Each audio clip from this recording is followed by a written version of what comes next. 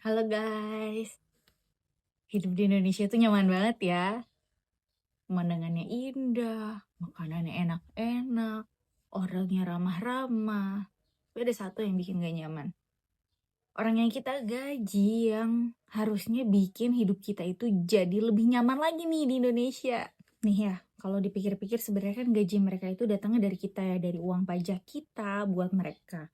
Dari uangnya ojol yang kerja lebih dari 12 jam sehari, dari ibu-ibu yang jualan di pasar, dari mas-mas yang jualan sayur juga keliling komplek, dari karyawan yang kerja dari nggak lihat matahari sampai nggak lihat matahari lagi, yang dipotong gajinya tiap bulan. Sedihnya itu mereka malah kayak hidupnya lebih mewah gitu dari yang ngebayar.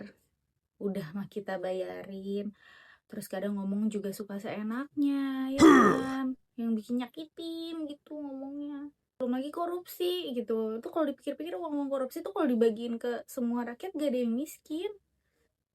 Semua bisa makan enak, gak usah program-program manis, semua bisa makan enak dari uang korupsi yang diambil sama mereka. Gimana ya?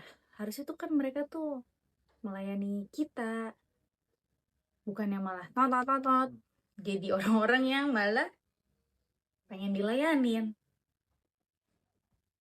Dan yang paling sedih itu adalah kejadian tadi malam di mana ada teman kita, kawan kita, ojol yang terbunuh di jalan sama orang yang kita bayar. Bahkan mobilnya itu pun adalah mobil yang ada dari hasil pajak kita. Terus gue jadi mikir sih kayak, emangnya pajak kita masih kurang buat membeli keadilan? Gue juga jadi ingat sama salah satu kutipan dari buku Why Nations Fail. Nations fail when they have extractive institution which concentrate the power in the hands of few and exploit the rest of society.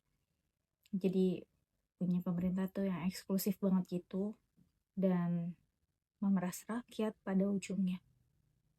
Nations fail. Mudah-mudahan enggak sih. Tapi takut. Gue gak mau cuma jadi penonton di negeri sendiri. Mohon izin.